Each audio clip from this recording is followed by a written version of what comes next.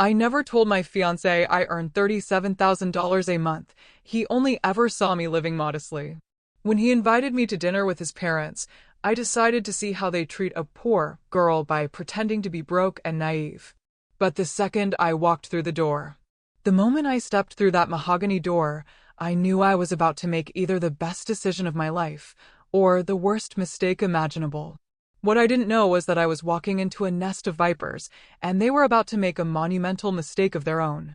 Her name was Patricia Whitmore, and her face twisted into something that was supposed to be a smile, but looked more like she'd just bitten into a lemon while posing for a photograph.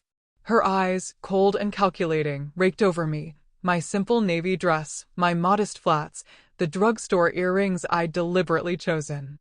I could feel her mentally tallying up my net worth and finding it, quite clearly, worthless. She leaned towards her son, Marcus, my fiancé, and whispered something she thought I couldn't hear. But I heard every single word. She looks like the help who wandered in through the wrong entrance. That's when I knew this dinner wasn't just going to be interesting, it was going to be a battle. My name is Ella Graham. I'm 32 years old, and for the past 14 months, I'd been keeping a massive secret from the man I was supposed to marry. Not a small secret, like eating the last slice of pizza and blaming the dog.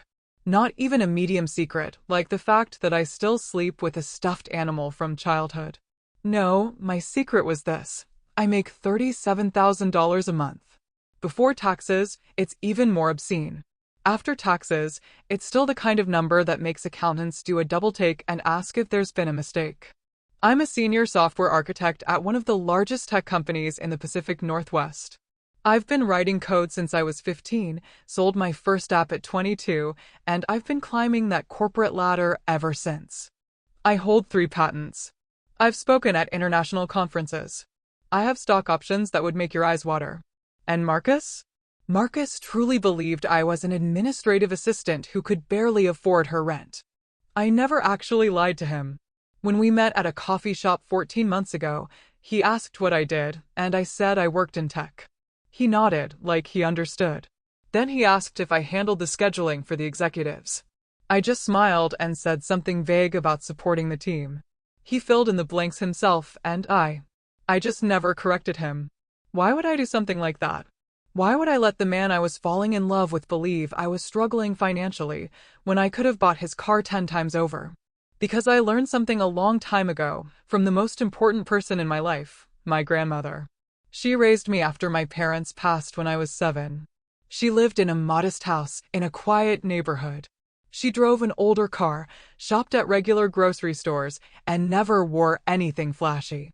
She taught me to cook simple meals, to appreciate small pleasures, and to never, ever judge my worth by the number in my bank account. What I didn't know until she passed when I was 24 was that my grandmother was worth several $1,000,000.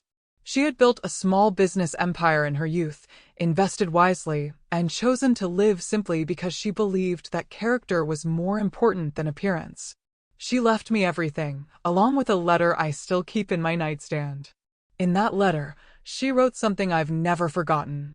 She said, "A person's true character only shows when they think no one important is watching. When they believe you have nothing to offer them. When they think you're beneath their notice. That's when you see who they really are." So, when Marcus invited me to dinner at his parents' estate, when he hinted that this might be the night things got serious, when he mentioned that his mother was very particular about first impressions, I made a decision. I would give the Whitmore family the test my grandmother had taught me. I would show up as the simple, unassuming woman they expected. I would wear modest clothes, drive my old car, and speak humbly about my circumstances. And I would watch. I would watch how they treated someone they thought couldn't help them, someone they thought was beneath them, someone they thought had nothing to offer.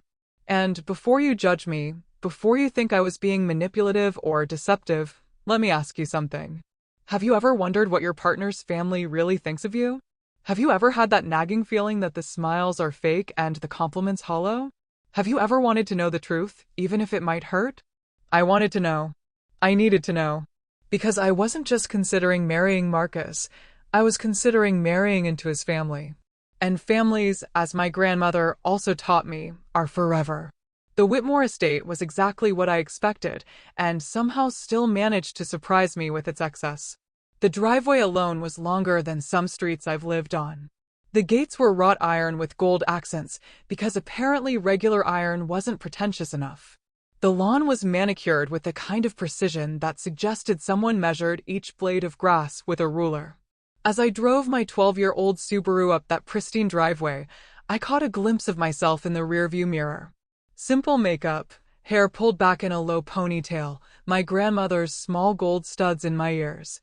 The only jewelry I wore. I looked exactly like someone who didn't belong here. Perfect. Marcus met me at the door with a kiss that felt slightly performative, like he was doing it for an audience. His eyes flicked to my dress, my shoes, my lack of accessories, and I saw something in his expression I'd never noticed before. Embarrassment. He was embarrassed by how I looked. I filed that observation away for later. Inside, the house was a monument to new money trying desperately to look like old money. Crystal chandeliers hung from every ceiling. Oil paintings in gilded frames lined the walls, though I noticed they were prints, not originals. The furniture was expensive but uncomfortable looking, chosen for appearance rather than function. And there, standing in the foyer like a queen surveying her kingdom, was Patricia Whitmore. She was in her early 60s, with the kind of face that had clearly seen several excellent surgeons. Her blonde hair was styled in a perfect helmet that probably required industrial-strength hairspray to maintain. Her dress was designer, her jewelry real, and her smile was absolutely, completely fake. She extended her hand to me like she was granting an audience. I shook it and felt the limpness, the dismissal, the complete lack of warmth. Then she made that comment to Marcus, the one about me looking like the help, and I smiled and pretended I hadn't heard a thing. The evening was about to get very interesting indeed. If I had known what I was walking into that night, I might have worn armor instead of a navy dress. But then again, I've always believed that the best armor is information, and I had done my research. The Whitmore family owned a chain of car dealerships across 3 states, not the flashy luxury brands you see in movies, but respectable mid-range vehicles that appealed to regular families. Marcus's father, Harold, had inherited the business from his own father and spent the last 30 years expanding it. Patricia had married into the family at 23 and immediately set about climbing the social ladder with the determination of a woman who knew exactly what she wanted. They had 2 children. Marcus, my fiancé, was 34 and worked as a marketing manager at a company that had nothing to do with the family business. This was apparently a sore point with Harold, who had expected his son to take over the dealerships. And then there was Vivian, the older sister, who was 38 and treated the family fortune like her personal piggy bank. I had found all of this through public records, social media, and a few well-placed Google searches. I'd seen photos of lavish parties, society events, and charity galas. I'd read articles about Patricia's philanthropy, though a closer look revealed that most of her donations came with significant tax benefits and publicity opportunities. None of this, however, had prepared me for meeting Vivian in person. She arrived 20 minutes late, which I would later learn was her signature move. Making an entrance was more important than being respectful of other people's time. She swept into the living room wearing a dress that cost more than most people's monthly rent, with diamonds dripping from her ears and neck like she'd fallen into a jewelry store and come out covered in merchandise. Her greeting to me was a single word, delivered with the warmth of a frozen fish: hello. Not, hello, nice to meet you. Not, hello, Marcus has told us so much about you. Just, hello, with a slight curl of the lip that suggested she'd smelled something unpleasant. I smiled and said, hello back. She turned to her mother and began a conversation that pointedly excluded me, discussing some charity event and whether the florist had been fired yet for last month's debacle. I stood there, holding the glass of water I'd been offered, feeling about as welcome as a vegetarian at a steakhouse. Marcus hovered nearby, looking uncomfortable, but saying nothing. That was the second observation I filed away. Harold Whitmore was a different creature altogether. He was a large man, the kind who had probably been athletic in his youth, but had since surrendered to the comforts of wealth. He shook my hand with a grip that was meant to be impressive, but just felt tired. His eyes were shrewd, though, and I noticed him watching me with something that might have been curiosity. There was another guest at this dinner, someone I hadn't expected, an older gentleman named Richard Hartley, who was introduced as an old family friend and business associate. He was in his late 60s with silver hair and sharp eyes that seemed to miss nothing. When he shook my hand, his gaze lingered on my face with a flicker of recognition that confused me. Did I know him? Had we met somewhere before? I couldn't place him, and he didn't say anything, but throughout the evening, I would catch him staring at me with that same puzzled expression. Patricia led us into the dining room, which was decorated like someone had been given an unlimited budget and zero taste. The table was long enough to host a royal banquet. The chairs were upholstered in what I assumed was real silk, and the place settings included more forks than I had ever seen outside of a restaurant supply store. I counted them. There were 6 forks at each place setting. 6 for a single meal. I've seen surgeries performed with fewer instruments. Patricia noticed me looking at the silverware and smiled that frozen smile of hers. She said she supposed I wasn't accustomed to formal dining, her voice dripping with false sympathy. I said that my grandmother always taught me that it's not the forks that matter, but the company you share the meal with. Patricia's smile tightened, almost imperceptibly. Vivian snorted into her wine glass, and dinner began. The first course was some kind of soup that I couldn't identify, but that probably cost more per bowl than my weekly grocery budget. Patricia used this time to begin what I would later think of as the interrogation. She asked where I had grown up, and I said a small town in Oregon, which was true. She asked about my family. I said my grandmother had raised me, which was also true. She asked what my parents did. I said they had passed when I was young. Patricia made a sound that was supposed to be sympathetic, but came out sounding like a drain unclogging. She said how difficult that must have been, growing up without proper guidance. I said my grandmother provided all the guidance I ever needed. Vivian leaned forward, her diamonds catching the light from the chandelier overhead. She asked what my grandmother had done for a living. I said she had been a businesswoman. Vivian's eyebrows rose slightly. She asked, what kind of business? I said, small ventures, nothing too exciting. The truth, of course, was that my grandmother had built a company that she eventually sold for several $1,000,000. But that wasn't the kind of truth that would serve my purpose tonight. Patricia moved on to the next topic. She asked about my current job. I said I worked in tech. She asked if I was a secretary. I said I was more of a support role. Patricia nodded knowingly, as if this confirmed everything she had already decided about me. She said that was nice, that every team needed support staff. Marcus shifted uncomfortably in his chair, but still said nothing. And that's when Vivian decided to bring up Alexandra. Alexandra. The name dropped into the conversation like a stone into still water, sending ripples across the table. Vivian said the name so casually, as if she were mentioning the weather or the quality of the soup. She said she had run into Alexandra last week, that she was doing wonderfully, that her family's business was thriving. I watched Marcus's face carefully. Something flickered there, quickly hidden. Guilt? Nervousness?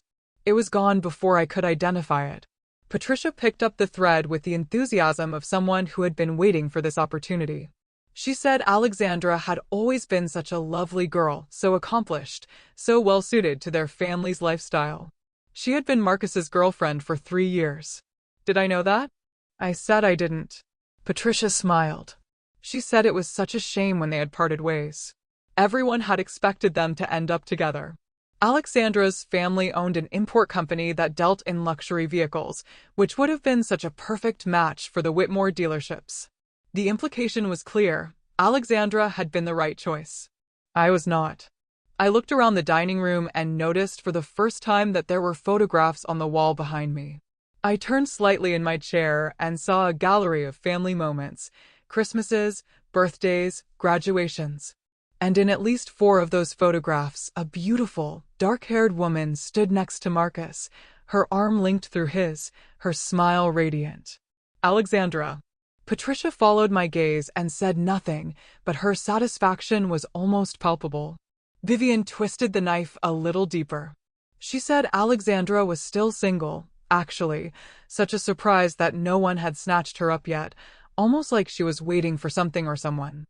I turned back to the table and smiled. I said she sounded like a remarkable woman. This was clearly not the response Vivian had expected. She blinked momentarily, thrown off balance. Patricia recovered first. She said, yes, Alexandra was remarkable, and then, with the subtlety of a sledgehammer, she added that she hoped I wouldn't feel too out of place in their world, given my more modest background. I asked what she meant by modest. Patricia's smile grew teeth. She said she understood that not everyone was born into certain advantages, that some people had to work ordinary jobs and live ordinary lives, that there was no shame in being common. Common. She had called me common.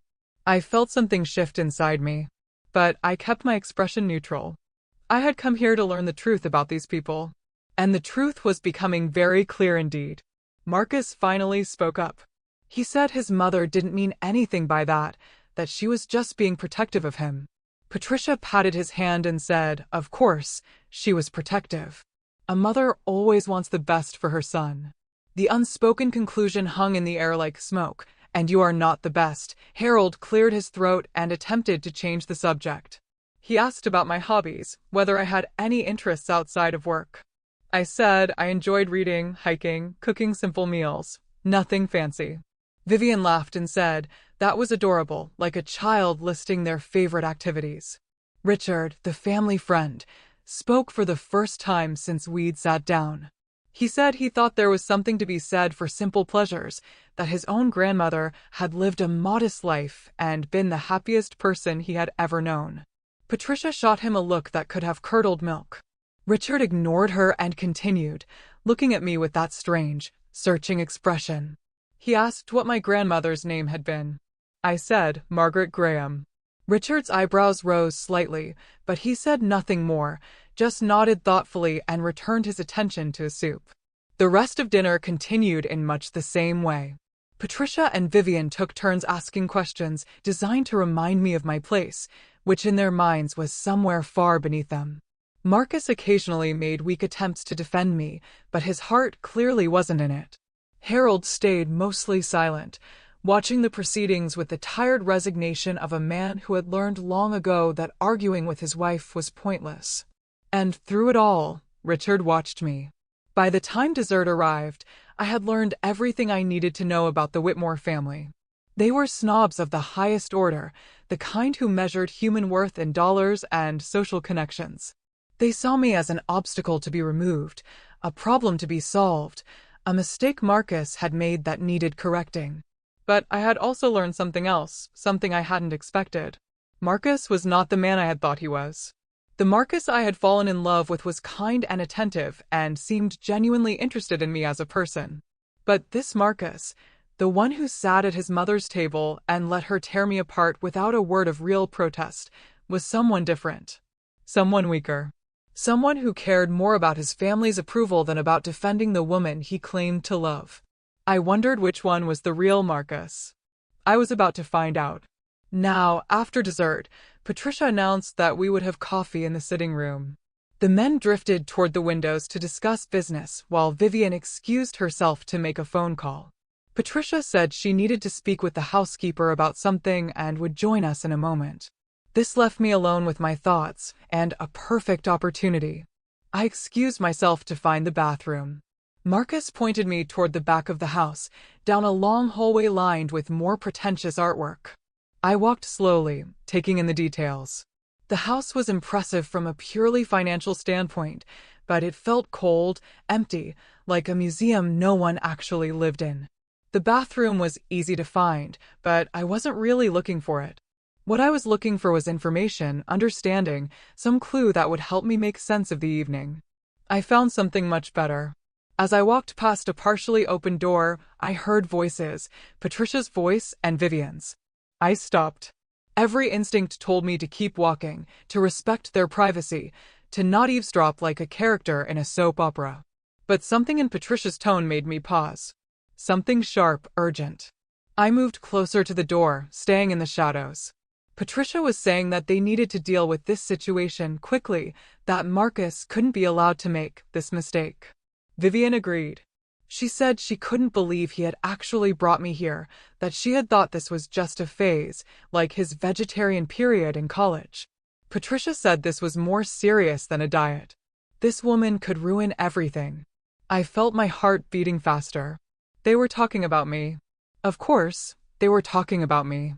But what came next was what really made my blood run cold. Vivian said the timing couldn't be worse. She said they needed the merger with the Castellano family to go through, and Marcus needed to be with Alexandra for that to happen. Castellano.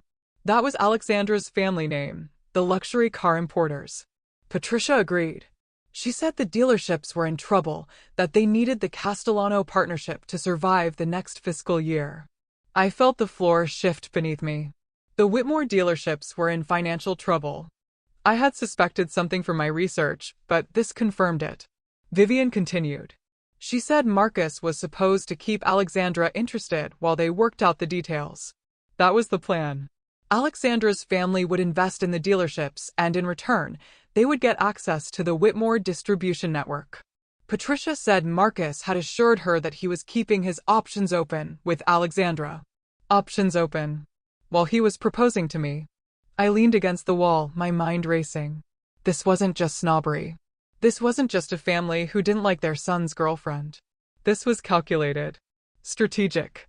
Marcus wasn't just a weak man who couldn't stand up to his mother. Marcus was using me. But for what? Why keep me around if Alexandra was always the plan? Vivian answered my unspoken question. She said Marcus was such a fool. He actually seemed to like this little secretary. This nobody. He was supposed to use her as a placeholder until the deal with Alexandra was finalized, but he was getting attached. A placeholder. That's what I was. A placeholder. A distraction. Someone to keep Marcus occupied while the family worked out their business arrangements. Patricia said they would handle it. She said they would make the engagement announcement tonight, get Marcus publicly committed to me, and then find a way to break us up before the wedding. Once they had Alexandra secured, they would discover some terrible secret about me that would justify ending the engagement. Vivian asked, "What terrible secret?" Patricia said they would invent one if necessary. I stood in that hallway frozen, listening to two women plan the destruction of my relationship like they were planning a dinner party. And then Vivian said something that made everything even worse. She said, "At least the girl is too stupid to suspect anything." Marcus picked well in that regard. She's naive, trusting, probably just grateful that someone like Marcus noticed her at all. Patricia laughed and agreed. I stepped back from the door, moving silently down the hallway. My hands were shaking, but not with hurt, with anger. They thought I was stupid. They thought I was naive. They thought I was so desperate for love that I would accept whatever crumbs they threw my way. They had no idea who they were dealing with. I found the bathroom, splashed some cold water on my face, and looked at myself in the mirror. The woman looking back at me was not broken. She was not devastated. She was thinking. I had come here tonight to test Marcus's family, and they had failed spectacularly. But the test had revealed something I hadn't expected. Marcus himself was part of the problem. He wasn't just caught between me and his family. He was actively deceiving me. The question now was what to do about it. I could confront him. I could walk out there right now and tell everyone exactly what I had heard. I could create a scene, expose their plans, and leave this house forever. But that would be too easy. Too quick. They would dismiss me as emotional, dramatic, bitter. They would tell themselves that I was just proving their point about me. No. If I was going to respond to this betrayal, I would do it my way, on my terms, with a plan that they would never see coming. My grandmother had taught me many things, but one lesson stood above all others. She said that when someone underestimates you, they have given you a gift. The gift of surprise. Patricia and Vivian had just given me the greatest gift of all. They had no idea what I was capable of. I fixed my makeup, smoothed my hair, and walked back to the sitting room with a smile on my face. The game was just beginning. When I returned to the sitting room, something had changed. The furniture had been rearranged slightly. The lighting adjusted. Patricia was standing by the fireplace with a look of barely concealed anticipation. Harold had positioned himself near the doorway, looking uncomfortable. Vivian was pretending to examine a painting, but I caught her glancing at Marcus with a smirk. And Marcus was standing in the center of the room, looking nervous. Too nervous. He turned when I entered, and his face broke into what was supposed to be a loving smile. He walked toward me, took my hands in his, and said he wanted to ask me something. I felt the trap closing around me. Marcus said that he knew we hadn't been together very long and that his family could be a little overwhelming at first. But he said he knew what he wanted. He said he wanted me. And then he got down on one knee. The ring he produced was large and flashy, exactly the kind of thing Patricia would approve of. It was also, I noticed immediately, of questionable quality. The diamond was cloudy, the setting uneven.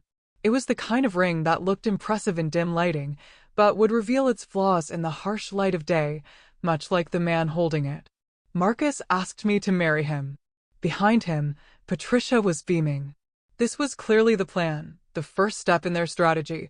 Get Marcus publicly committed to me, then find a way to dispose of me later. In the meantime, they would use the engagement to keep Alexandra waiting, dangling the promise of Marcus while they worked out their business arrangements. I understood all of this in the space of a heartbeat. I also understood that I had a choice to make. I could say no. I could reject this proposal from a man who was using me in front of a family who despised me. I could walk out with my dignity intact and never see any of them again. But that would end the story too soon. I thought about what I had heard in the hallway. I thought about their plans to invent some scandal about me. I thought about how they saw me as stupid, naive, disposable. And I thought about how satisfying it would be to show them exactly how wrong they were. So, I said yes. Marcus slipped the ring on my finger, and Patricia began clapping like she was at a theater performance. Vivian offered her congratulations with all the warmth of a January morning in Alaska. Harold shook Marcus's hand and told him he had done well. Richard caught my eye from across the room. There was something in his expression, something knowing, like he suspected that this story had a few more chapters to go. I smiled at him, and he smiled back. The rest of the evening passed in a blur of champagne and false congratulations. Patricia talked about engagement party planning. Vivian discussed venues. Harold mentioned business opportunities that might arise from the union of our families, though he stumbled over this, clearly unsure what my family could possibly bring to the table. Marcus stayed close to me, playing the role of devoted fiancé with surprising conviction. If I hadn't heard what his mother and sister had said, I might have believed it. But I had heard, and I would never forget. When the evening finally ended, Marcus walked me to my car. The night air was cold and clear, and for a moment, we just stood there in the driveway, looking at each other. He asked if I was okay. He said he knew his family could be a lot, but he promised they would warm up to me eventually. I said I understood. I said I was just tired. He kissed me goodnight, and I drove away from the Whitmore estate with his ring on my finger and a plan forming in my mind. The next morning, I started my research. If there's one thing my job has taught me, it's the power of information, data, documentation. I spend my days analyzing systems, finding weaknesses, optimizing solutions. I was about to apply those same skills to the Whitmore family. And what I found over the next few days confirmed everything I had heard, and then some. The Whitmore dealerships were indeed in financial trouble. Not just a rough patch, but serious structural problems. They had expanded too quickly during the boom years, taken on too much debt, and now the bills were coming due. Their main franchise agreement was up for renewal, and the manufacturer was looking at other options. The partnership with Alexandra's family wasn't just strategic, it was desperate. But that wasn't all. As I dug deeper, I found something else. Something that the Whitmores probably thought was hidden forever. Vivian had been embezzling from the family business. The amounts were small at first, hidden in expense reports and petty cash accounts. But over the years, they had added up. Hundreds of thousands of dollars siphoned off to fund her extravagant lifestyle while the company struggled. I printed out everything I found: legal documents, financial statements, records of suspicious transactions. And then I started making phone calls. My grandmother's name still carried weight in certain circles. The business contacts she had cultivated over decades remembered the Graham family with respect. When I reached out, they were happy to talk. One of those contacts happened to know Richard Hartley. And Richard, it turned out, had his own history with the Whitmore family. They had cheated him on a business deal years ago. Nothing illegal, just unethical enough to leave a bitter taste. He had been waiting for an opportunity to even the score. I was about to give him that opportunity. The next few weeks were an exercise in patience and performance. I played the role of the happy fiancé with the skill of an award-winning actress. I attended family dinners at the Whitmore estate. I listened to Patricia's passive-aggressive comments with a smile. I watched Vivian flaunt her designer clothes and expensive jewelry, knowing exactly where the money had come from. And I watched Marcus. He was different now. Or maybe I was just seeing him clearly for the first time. The attentiveness I had once found charming now seemed calculated. The compliments felt rehearsed. And his phone, which he guarded with increasing vigilance, buzzed with messages that he quickly hid from view. I knew who was texting him. I had seen the name flash across his screen more than once, Alexandra. One evening, I told Marcus I was working late. Instead, I parked near the restaurant where he was supposedly meeting a client. He wasn't meeting a client. He was meeting her. I watched through the window as they sat together at a corner table, their heads close, their body language unmistakably intimate. At one point, he took her hand across the table. At another, she laughed at something he said and touched his face. I took photographs, not because I needed evidence for any legal purpose, but because I wanted to remember this moment. I wanted to remember exactly who Marcus Whitmore really was. He wasn't just weak. He wasn't just a mama's boy. He was a liar and a cheat, actively maintaining two relationships while his family orchestrated the outcome from behind the scenes. The rage I felt in that moment was white-hot and purifying. But I didn't act on it. Not yet. Instead, I went home and added the photographs to my growing file. Midway subscribe line asterisk by the way, if you're still with me, still hooked on this wild ride, make sure to hit that subscribe button. You won't want to miss what happens next, and trust me, there are more unbelievable stories coming. Richard and I had been meeting regularly, always in secret. He had his own documentation of the Whitmore's questionable business practices. He knew people who had been hurt by their dealings over the years. He was more than willing to help bring them down. But he asked me why. He said he understood his own motivations, but he wanted to know mine. Was this just about revenge, or was it something more? I thought about his question for a long time before I answered. I said it wasn't about revenge. It was about truth. I said the Whitmores had spent their lives using their money and position to manipulate people.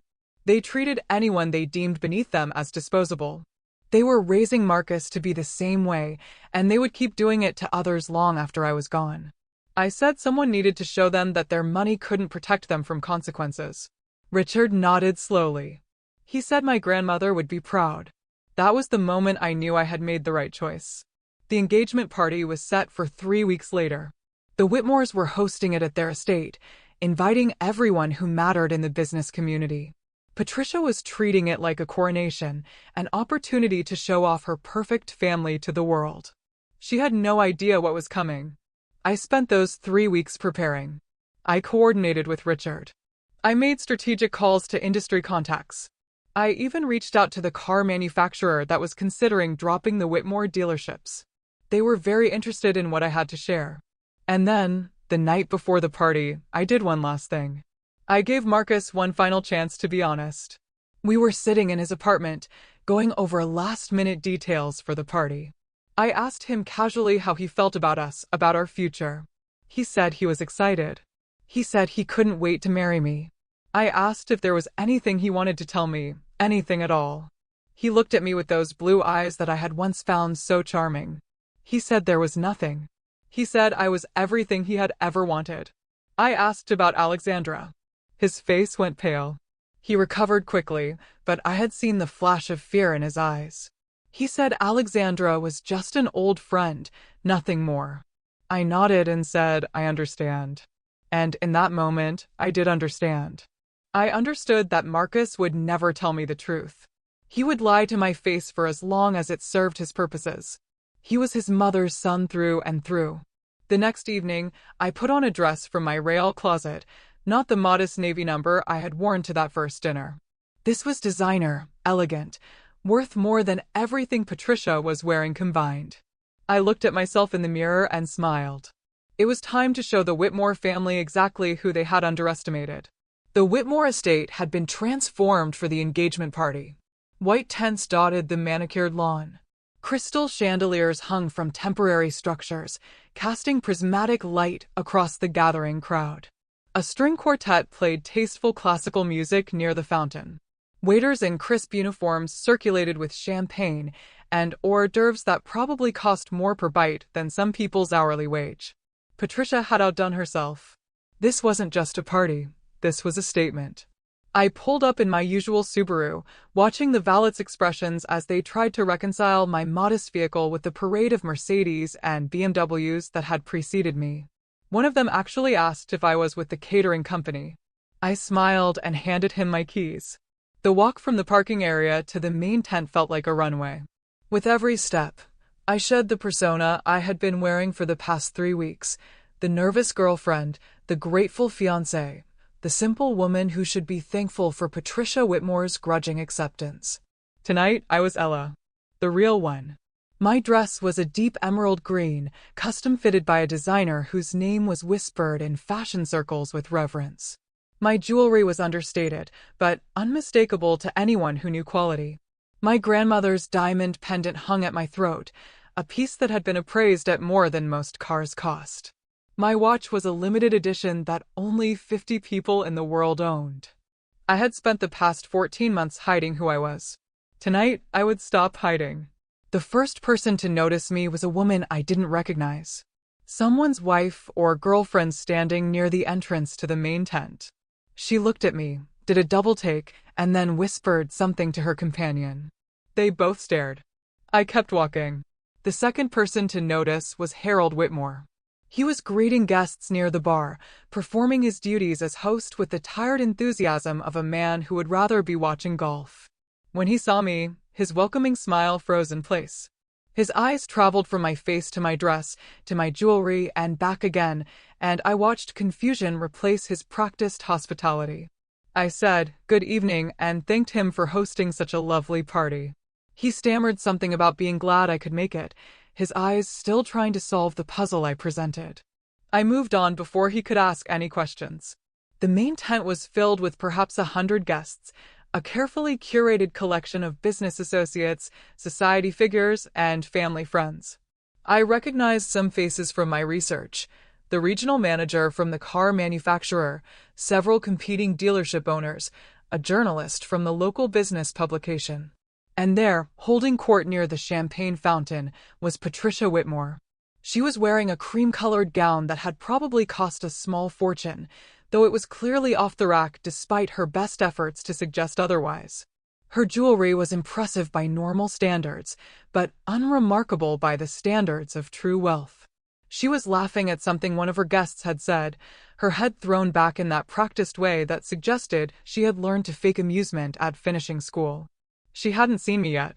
I collected a glass of champagne from a passing waiter and made my way through the crowd, stopping to introduce myself to several guests along the way. Each interaction followed the same pattern: confusion at my appearance, surprise when I mentioned I was Marcus's fiancé, renewed confusion when my dress, my jewelry, my manner didn't match whatever they had been told about me. Word was spreading. I could see it in the whispers, the sidelong glances, the phones being subtly checked as people tried to figure out who I really was. Good. I finally reached Patricia's circle just as she was finishing a story about her recent charity work. She turned to greet the newcomer with her standard frozen smile, and then her face went through a remarkable transformation. First, confusion. Then recognition. Then disbelief. Then something that might have been fear. She said my name like a question. I said, "Good evening, Patricia," and thanked her for throwing such a beautiful party. Her eyes were moving rapidly, taking in every detail of my appearance. The dress that cost more than her monthly household budget, the pendant that had been featured in a jewelry magazine, the watch that she had probably never seen outside of an advertisement. She asked where I had gotten these things, her voice carefully controlled, but unable to hide the tremor beneath. I said they were just a few pieces I had been saving for a special occasion. Vivian appeared at her mother's side, summoned by some invisible distress signal. She looked at me, and her expression went through the same journey: shock, confusion, recognition, disbelief. But Vivian recovered faster. She said the dress was interesting, her voice dripping with false sweetness. She asked if it was a rental. I told her the designer's name. I said he was a friend who had made it specifically for me. The designer's name hit Vivian like a physical blow. This was someone who dressed celebrities, who had a waiting list years long, who didn't make dresses for administrative assistants who could barely afford their rent. She opened her mouth to respond, but nothing came out. I excused myself to find Marcus. As I walked away, I heard Patricia hiss something to Vivian about finding out what was going on. I heard Vivian's confused response, saying she had no idea, that this didn't make any sense. I smiled to myself and kept walking. The first phase of the evening was complete.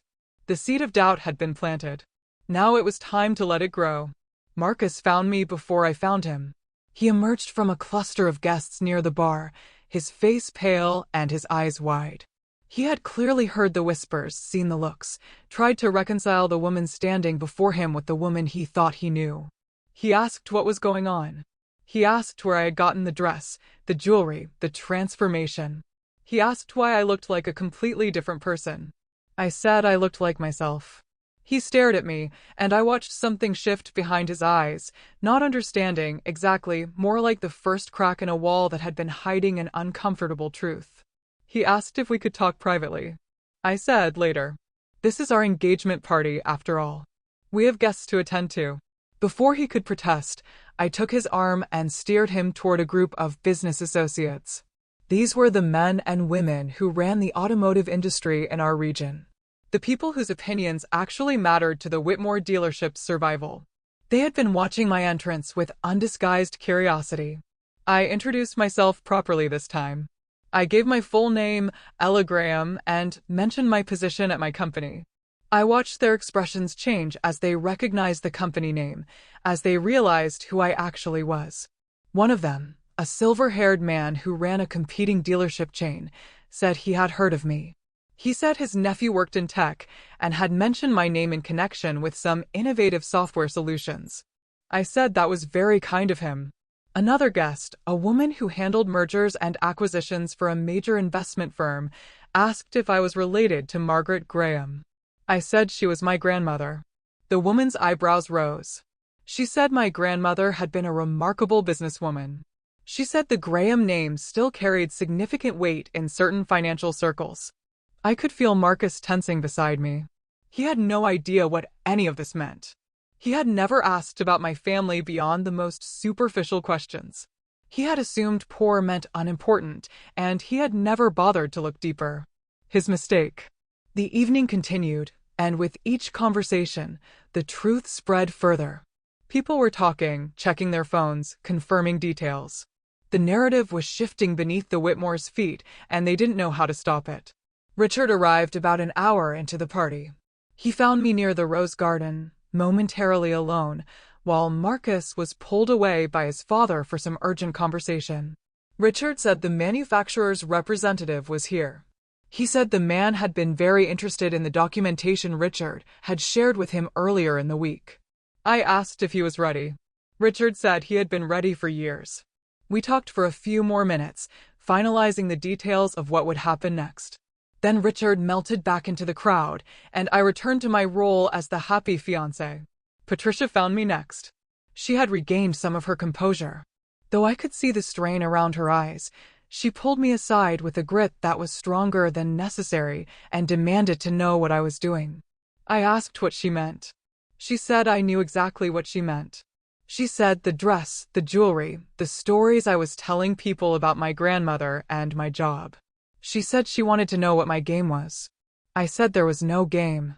I said I was simply being myself. She said that was impossible. She said Marcus had told her about my circumstances.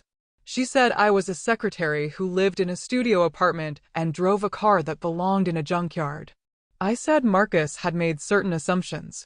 I said I had never actually told him those things. Patricia's face went very still. I said I worked in tech, which was true. I said I had a support role, which was also true since architects support the development teams. I said I had never claimed to be poor. I said I had simply never corrected their assumptions. She asked why. I looked at her directly. My grandmother taught me that a person's true character only shows when they think no one important is watching. I said, I wanted to know who the Whitmore family really was.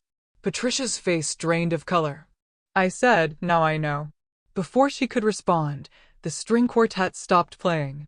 Harold Whitmore's voice came over the speaker system, announcing that it was time for the official toasts and speeches. Patricia looked at me with something that might have been fear. I smiled and walked toward the stage. The main event was about to begin. The stage had been set up at the far end of the main tent, decorated with flowers and soft lighting that was probably meant to be romantic, but instead felt like a spotlight waiting for its moment. Harold stood at the microphone, welcoming guests and thanking them for coming to celebrate this special occasion. He talked about family, about tradition, about the importance of strong partnerships in both business and life. His eyes kept darting to Patricia, who was making her way through the crowd toward the stage with the determination of a general approaching a battlefield. She reached the microphone just as Harold was.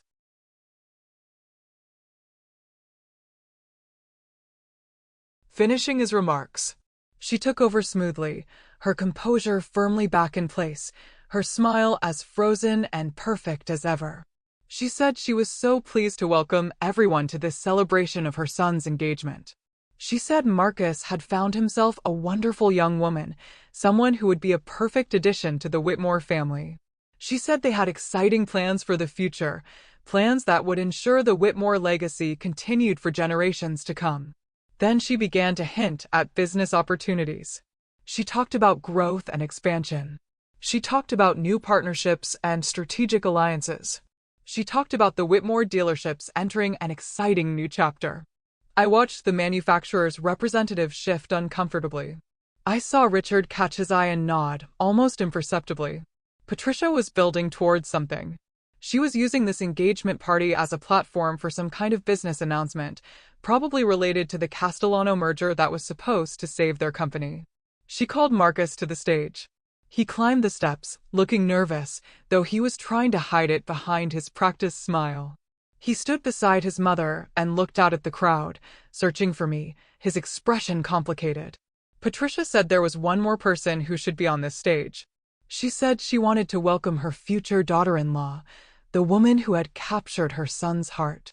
She said my name, and the crowd turned to look at me. I set down my champagne glass and walked toward the stage. The tent was silent, except for my footsteps. Every eye was on me. The whispers had done their work. Everyone knew that something was happening, that this engagement party was about to become something else entirely. I climbed the steps and stood beside Marcus.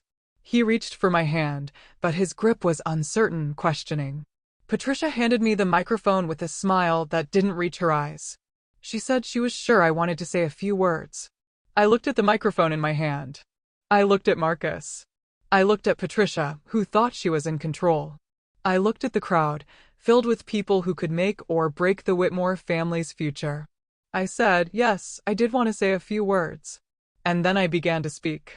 I said I wanted to thank Patricia for the warm welcome she'd given me.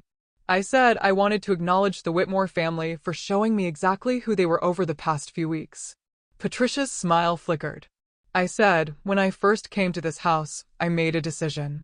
I decided to let the Whitmores see a simple version of me. A woman without expensive clothes or impressive credentials. A woman they might consider beneath their notice. The crowd was utterly silent. I said I wanted to see how they would treat someone they thought couldn't help them. Someone they thought had nothing to offer. Someone they thought was, in Patricia's words, common. Patricia's face went white. I said what I had found was illuminating. I described the dinner where I had been compared unfavorably to my fiancé's ex-girlfriend. I described the whispered insults Patricia thought I couldn't hear. I described being called the help, being called common, being called a gold digger by people who knew nothing about me. Marcus was staring at me now, his face a mask of horror. I said, and then I heard something I wasn't supposed to hear. I described a conversation in the study. I described Vivian and Patricia discussing how to remove me from Marcus's life. I described learning that I was just a placeholder, someone to keep Marcus occupied while the family arranged his real future with Alexandra Castellano. Gasps rippled through the crowd. I said I discovered that the Whitmore dealerships were in serious financial trouble. I said I learned they were desperate for a merger with the Castellano family to survive. I said I found out that Marcus had been keeping his options open with Alexandra the entire time we were together. I pulled out my phone and showed a photograph on the screen, Marcus and Alexandra at the restaurant, holding hands across the table. I said this was taken 2 weeks ago, while Marcus was supposedly working late. The crowd erupted in whispers. Marcus grabbed my arm. He said this wasn't what it looked like. He said he could explain. I said he had already explained. I said I had given him the chance to be honest the night before, and he had chosen to lie. I turned back to the crowd. I said there was more. The tent had become completely silent again. Every person in that crowd understood they were witnessing something unprecedented. The comfortable rules of society events had been suspended. The masks were coming off. I said I had spent the past few weeks researching the Whitmore family business. I said I had found some interesting things.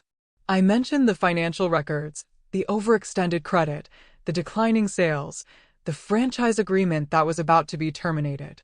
Harold Whitmore's face had gone gray. I said I had also found evidence of something more serious. I looked directly at Vivian, who was standing near the back of the tent, frozen in place like a deer caught in headlights. I said Vivian Whitmore had been embezzling from the family company for years. I said the amounts had started small, but had grown over time. I said the total was now in the hundreds of thousands of dollars. Vivian's husband turned to look at her with an expression of pure shock. Vivian shouted, "That's a lie." She said I had no proof. She said I was just a bitter woman trying to destroy their family. Richard stepped forward from the crowd. He said he had proof. He walked toward the stage carrying a folder that I knew contained years of documentation, bank records, expense reports, transaction histories. Everything needed to prove exactly what Vivian had done. He handed the folder to the manufacturer's representative, who had moved closer to the stage with the look of a man whose worst suspicions were being confirmed. Richard said he had been waiting a long time for this moment. He said the Whitmores had cheated him on a business deal 15 years ago, and he had never forgotten. He said when Ella had approached him with evidence of their current misdeeds, he had been happy to contribute what he knew. Patricia found her voice. She said this was outrageous. She said we had no right to make these accusations. She said she would sue us for defamation. I said she was welcome to try. I said everything I had shared was documented and verifiable. I said the financial records were public information, available to anyone who knew where to look. I said the evidence of Vivian's embezzlement had been compiled from sources that would hold up in any court. I looked at Marcus, who was still standing beside me, looking like a man whose entire world had collapsed. I said there was one more thing. I reached up and removed the engagement ring from my finger. The cloudy diamond caught the light, revealing all its flaws. I said I would not be marrying Marcus Whitmore. I said I had never intended to, not after I learned the truth about him and his family. I said the only reason I had said yes to his proposal was to give them enough rope to hang themselves. I handed the ring back to Marcus. I said he should give it to Alexandra. I said she was clearly the one he actually wanted. Marcus's face crumpled. He said that wasn't true. He said he had feelings for me. He said the thing with Alexandra was just business, something his mother had arranged. I said that was exactly the problem. I said he had let his mother arrange his life, his relationships, his future. I said he had never once stood up for me when his family attacked me. I said he had lied to my face about Alexandra, even when I gave him the chance to be honest. I said a man who couldn't be honest with the woman he claimed to love was not a man I wanted to marry. The crowd was absolutely silent. I turned to face them one final time. I said I was Ella Graham. I said I was a senior software architect who had built a career through hard work and integrity. I said I made more money in a month than most people made in a year, and I lived simply because my grandmother had taught me that wealth was not the measure of a person's worth. I said the Whitmores had shown me their true character. They had revealed themselves as people who judged others by their bank accounts and social status.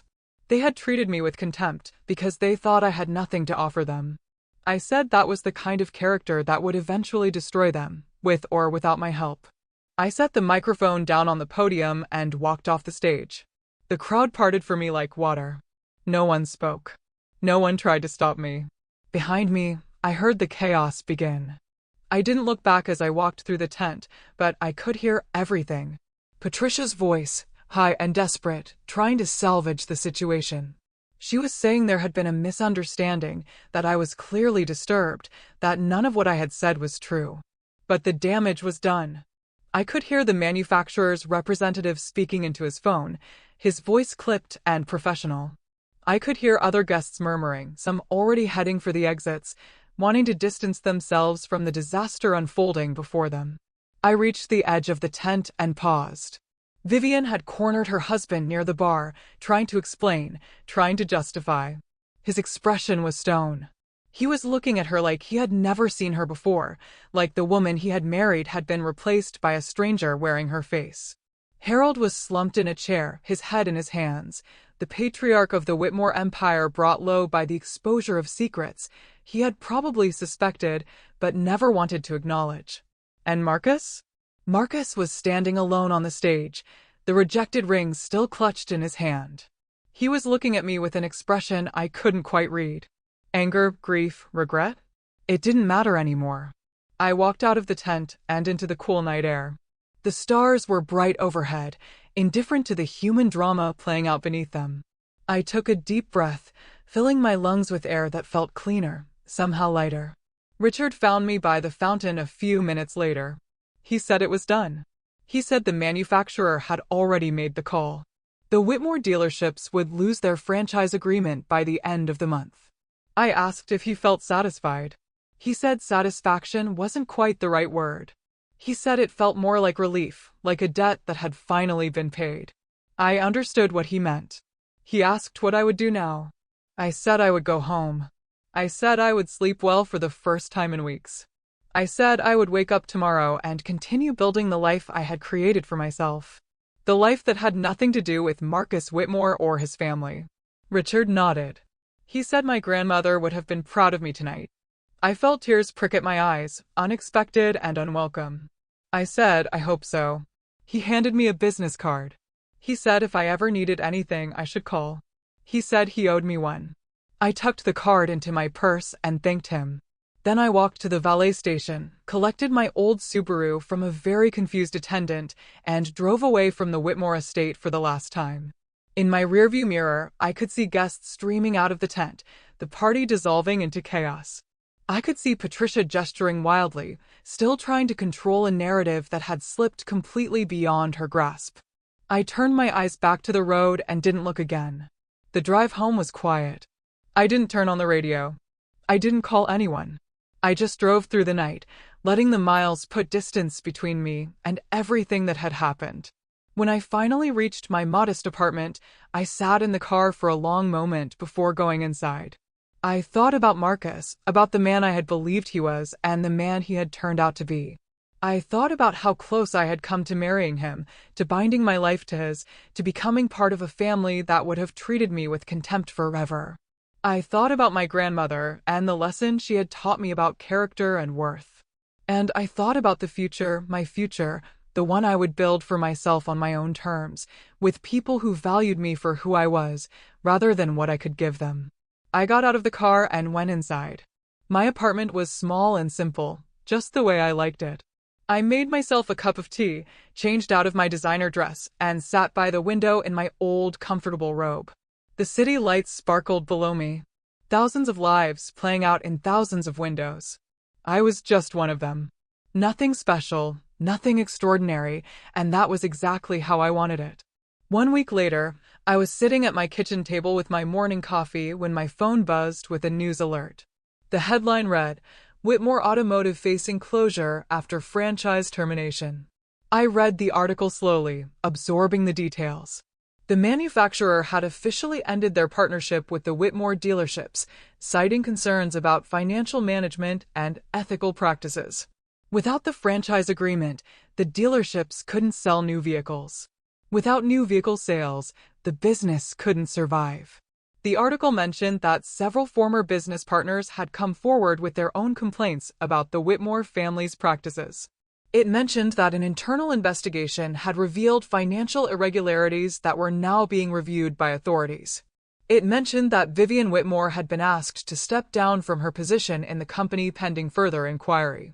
It did not mention me. I had asked Richard to keep my name out of it, and he had honored that request. The story would be about the Whitmore's own misdeeds, not about the woman who had exposed them. I didn't want fame or recognition.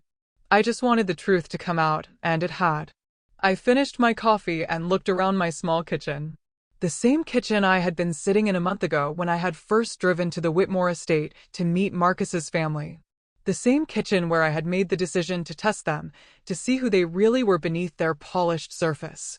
So much had changed since then, and so much had stayed exactly the same. My phone buzzed again. This time, it was a text from Marcus. He said he needed to see me. He said he could explain everything. He said he had made mistakes, but he still cared about me. He asked if we could meet for coffee, just to talk. I looked at the message for a long moment. Then I deleted it without responding. Some doors, once closed, should stay closed. I stood up and walked to my window, looking out at the morning sun rising over the city. It was going to be a beautiful day. A day for new beginnings, for moving forward, for building something better. My grandmother's pendant hung at my throat, warm against my skin. I touched it gently, thinking about the woman who had taught me everything I knew about character and worth. She had lived her life simply, not because she had to, but because she understood that the things that truly matter can't be bought: love, integrity, self-respect, the knowledge that you have acted according to your principles, even when it would have been easier to compromise. The Whitmores had thought they could buy their way through life. They had believed that money and status made them better than everyone else, entitled to treat people however they wanted without consequences. They had been wrong. I turned away from the window and got ready for work.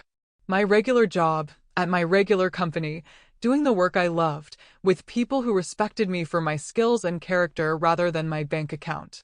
The story of the Whitmore family would continue to unfold in the coming weeks and months. There would be investigations and legal proceedings. There would be consequences and repercussions. The empire they had built on a foundation of arrogance and deception would crumble piece by piece. But that was their story now, not mine. My story was just beginning. And it would be written on my own terms, in my own words, according to my own values. That was the lesson my grandmother had taught me. That was the truth I had carried with me through every moment of the past month. A person's worth isn't measured by their bank account, or their social status, or the opinions of people like Patricia Whitmore. It's measured by their character, by the choices they make when no one is watching, by the way they treat people who can't do anything for them. The Whitmores had failed that test completely. And I had finally found the answer I had been looking for. The answer was that I didn't need their approval. I didn't need Marcus's love. I didn't need anyone's validation to know my own worth. Call to action *. So, after hearing all of this, I have to ask, what would you have done in my place? Would you have walked out the first night, or would you have played the long game? Tell me what you think in the comments below. I really want to know.